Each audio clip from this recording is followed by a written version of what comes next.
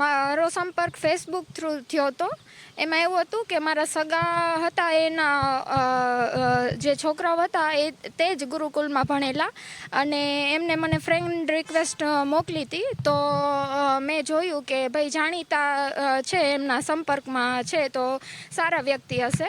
તો એમને મેસેજ કર્યો હતો. તો મેં પછી એમને સામે રિપ્લાય કર્યો અને પછી વાત ચાલુ થઈ. અને એમાંથી સ્વામીએ ઓળખાણ કાઢી કે અમારા જે રિલેટિવ થાય છે એમને હું સારી રીતના ઓળખું છું. એટલે એવી રીતના અમારી વાત ચાલુ થઈ શરૂઆતમાં. પછી ધીમે ધીમે એમને મારું ઘર વિશે, મારા પર્સનલ લાઈફ વિશે એને પૂછવાનો પ્રયત્ન કર્યો. એટલે મેં એ બાબતે જણાવ્યું એને કે ભાઈ સ્વામી છે તો આપણને એમ થાય કે સારા આપણને યોગ્ય આપણને શું કહેવાય માર્ગદર્શન આપે, એટલા માટે મેં વાત કરી હતી એમને. તો પછી વાતમાંથી પછી જે મારું જાણી લીધું, પણ મને ખ્યાલ નહોતો કે એમનો ઇન્ટેન્શન શું હતો. એટલે મેં તો ભોળા મનથી ને સાચા મનથી મારા પ્રશ્નનો હલ થાય એ માટે મેં મારી પર્સનલ વાત જણાવી હતી. પણ એમને એ જ વસ્તુનો ફાયદો ઉઠાવી અને મને એ વાતમાં ભોળવી અને પછી એમને મારો ખોટી રીતના મને ફસાવીને આવી રીતના દુષ્કર્મ આચર્યો છે. ક્યાં સ્વામીએ તમને રિક્વેસ્ટ આવી રીતે? એ ખીરસરા ગુરુકુળ ધર્મ સ્વરૂપદાસ સ્વામી. પહેલાં તો એને બધી જ રીતના એવી રીતના મને વાત કરી અને ફસાવી કે બધી રીતના કે તમારા યોગ્ય જ છે વાતાવરણ. અને પહેલાં તો એને મને ખોટી રીતના લગ્નની વાત કરીને ફસાવી. પહેલાં જે પર્સનલ વાત કરી અને જે રીતના કે તમારે જે રીતના યોગ્ય મારે ત્યારે લગ્નની વાત ચાલતી હતી, પણ મારે થોડીક શું કહેવાય વિચાર હતો કે ભાઈ મને સારો વ્યક્તિ મને મળે જે જિંદગીમાં ક્યારેય ખોટું ના કરતા હોય. અને તો એમ કે એ વાતમાં એને જણાવ્યું કે હું જોતી હતી ત્યારે મારા શું કહેવાય આપણે આવતા હતા મને માંગાએ, પણ એમાં શું કે મને હજી યોગ્ય નહોતા લાગતા. પણ એ બાબતે મેં સ્વામીજીને ચર્ચા કરી હતી. તો એને એવી રીતના મને ફસાવી કે આ દુનિયામાં છે ને તમે જે રીતના વિચારો છો, જેટલું આધ્યાત્મિક રીતને અને સત્ય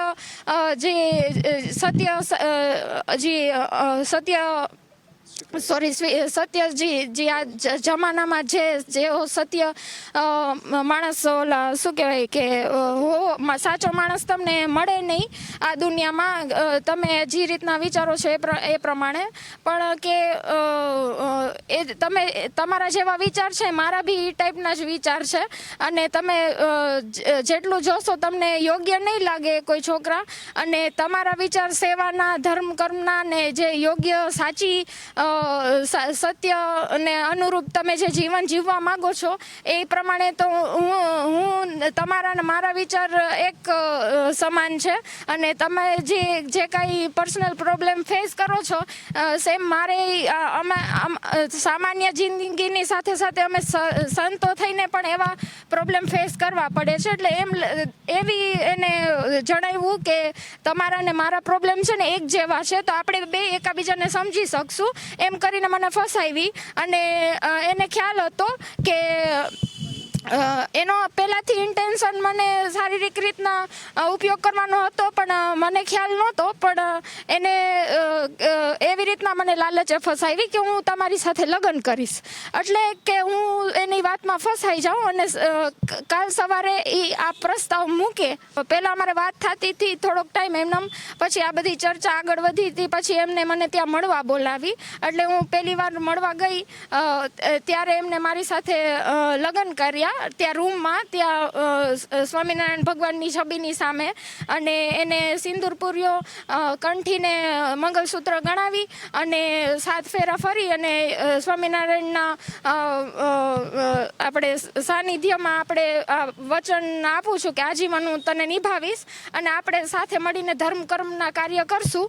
અને એવી જે મારા સારા વિચાર હતા એના જ ફાયદારૂપ વાતચીત કરી અને એના દુષ્કર્મના જે ઓલા ઇન્ટેન્શન હતા એ એને પૂરા પાડવા હતા. પહેલાં તો જ્યારે હા એમને તો સારું ન લાગે, કારણ કે એમનું બારે આવે એ તો એમને સારું ન લાગે, પણ આવું અમને બેમાંથી કોઈને ખ્યાલ નહોતો કે આ પરિસ્થિતિ બનશે. તો આ જે પરિસ્થિતિ બની તો એ અનુસાર એમને મેં જણાવ્યું તો એ કે આપણને યોગ્ય ન કહેવાય, લોકોને ખ્યાલ આવશે તો તારી ને મારી બેયની બદનામી થશે. એટલે એ વસ્તુને અનુરૂપ મને સમજાવ્યું. મારું તો એક માતૃત્વ કહેવાય, એટલે તો પછી મારું તો મન નહોતું ઈચ્છતું, અંદરથી કોચવાતું હતું, પણ એને એની બીકના લીધે મને દબાવવાની કોશિશ કરી કે લોકો તને મને ખોટા ઓલા આક્ષેપો નાખશે ને તને મને બેયને બદનામ કરશે, એ તારા માટે યોગ્ય નથી ને મારા માટે યોગ્ય નથી, એવી દબાવણી આપી અને એ કે ગર્ભ પાડી દેવા માટે એને ઓલો કીધું એને મને કે તમારી પાસે ગોળીઓ લઈને આવ્યું હતું અને હા એમના જે હા એટલે એમને જે મોટા સ્વામી છે એને કીધું કે આ પિતા સમાન છે અને આપણા બેની જે વાત છે હું પહેલેથી મેં એને જાણ કરાવેલી છે. અને એક વખત એનું નારાયણ સ્વરૂપદાસજી સ્વામી છે. હા એટલે એ જ કહું છું કે પહેલેથી એમને જાણ કરાવેલી કે આપણા બે સંબંધ છે. એમને એમ કીધું છે કે આપણે કંઈ કોઈ ખોટા આડા સંબંધ રાખવાના નથી, પણ આપણે ધર્મ વિશે કામ કરવાનું છે. એટલે એમને મેં મનાવ્યા છે એમ કીધું, અને દીકરી તરીકે તમને અહીંયા સાચવશે એવા આશ્વાસન આપે છે. એટલે એ રીતના એને પહેલેથી જ ખ્યાલ હતી અમારા બેયના સંબંધ વિશે. કેમ કે હું ટીમડી ગુરુકુળમાં રહેતી હતી, અમે સાથે તો ન રહી શકી. ત્યાં એ શું કહેવાય ખીરસરા ગુરુકુળમાં રહેતા હતા ને હું ટીમડી ગુરુકુળમાં રહેતી હતી.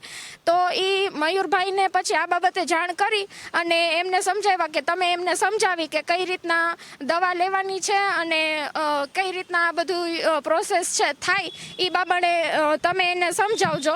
એટલે પછી એ મને આવ્યા દવા આપવા અને બધું સમજાવ્યું અને મને એ પિલ્સ અને એની સાથે જે કમજોરી ના આવે એના માટેની એક સિરપ એમને મને આપી હતી. શું તમારી માંગ છે અત્યારે માંગ છે કે જે રીતના ખોટી બાબતે છોકરીઓને ખોટી રીતના ફસાવાના ધંધા આદરે છે અને જે તમારા ઇમોશનલી ખોટા ઓલા બ્લેકમેલ કરીને ને ખોટી રીતના ફસાવીને જે ધંધા કરે છે, તમારા જે આ પરિસ્થિતિના ઉપયોગ કરીને જે ફસાવે છે, બસ આવા લોકોને સજા થવી જોઈએ. ખાસ તો ગુરુકુળમાં કઈ પ્રકારની સ્થિતિ હતી, શું કહેશો? બીજી વિદ્યાર્થીઓ સાથે કઈ રીતે ચેડા? એટલે મેં અંદર ત્યાં રહીને એટલું જાણવાની કોશિશ કરી કે પહેલાં બી એવું બની ગયું છે અને હું જ્યારે હતી અને ત્યારે જ મેં જોયું કે મારા સિવાય પણ બીજી છોકરીઓમાં એને રસ ધરાવ્યો, મારી જ સામે ખરાબ નજરથી જોતા અને એમને ફસાવાના ધંધા કર્યા છે. અને મેં છોકરીઓને મારું જણાવી અને રોકવાનો પ્રયત્ન કર્યો છે. મેં એમના પપ્પાને બી જણાવ્યું કે આ રીતના મને તો ફસાવી અને તમારી છોકરીઓને બી ફસાવે છે. હું તો કહું કે જે આ કાર્યવાહી થાય એમાં જે કંઈ એમના આજે બળાત્કારીના આરોપી વિશે જે કંઈ સજા છે એ ઓછી કહેવાય. આ લોકોને એકવાર ફાંસીની માંગ કરો ને તો આ બધું અટકે, કારણ કે આજે આજે એમના વિશે જે કાર્યવાહી થાય છે એ ઓછી કહેવાય. મારા મત મુજબ એમને છે ને ફાંસી થવી જોઈએ. હા એટલે અડકતરી રીતના એ મને દબાણ તો પહેલેથી જ કરવાનું ધમકીઓ આપી છે, પહેલેથી જ મને આપી છે. અને એમાં મારા જ સગા અમુક એના સાથે જોડાયેલા છે અને અમુક સારા બી છે જે મને મદદ કરે છે, બધા એવા નથી. મને એવું લાગે છે કે નીચલા શું કહેવાય આપણે નીચેના માણસો હોય એ લોકો, હા સામાન્ય માણસો, એ લોકો મદદરૂપ થાય છે. પોલીસમાં કઈ પ્રકારનો તમને સપોર્ટ મળે છે કે પછી કઈ રીતે હોય છે? તો ત્યાં ફરિયાદ પહેલા નોંધવાનો પ્રયાસ કર્યો હતો કે આપણે રાજકોટ જ? એટલે પહેલા હું રાજકોટ મહિલા પોલીસને ત્યાં ગઈ હતી, પણ કારણ કે કેસ ત્યાં ખીરસરા નો ભાયાવદરમાં બને એટલે ટ્રાન્સફર એ લોકોને ત્યાં થઈ છે. એ પ્રમાણે શંકા તો એવી હતી, પણ પ્રોસેસ તો ચાલે છે. આપણે બધાનું ઓલું ના કહી શકીએ, પણ શક્યતા છે એવી એમ. કારણ કે હજી જે સ્વામીઓ છે તે પકડાના નથી. શું? હા એટલા માટે જ બોલવા દો.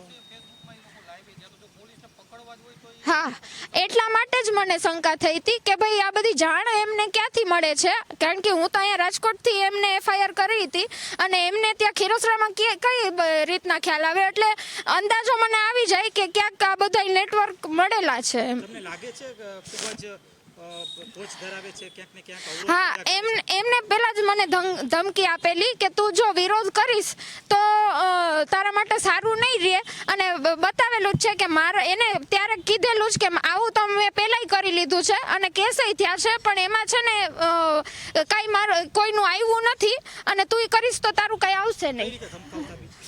એટલે તે એ ત્રણેય જણા ત્યાં મને બોલાવી અને પછી કીધું કે તું સમજી જા અને શાંતિથી તું અહીંયા રહે, અમે તને નડશું નહીં, પણ જો તું આ વિશે કોઈને જાણ કરીશ તો તને ખેર નથી, તને જ તકલીફ થાય, હમણાં અમારું તો કાંઈ થશે નહીં.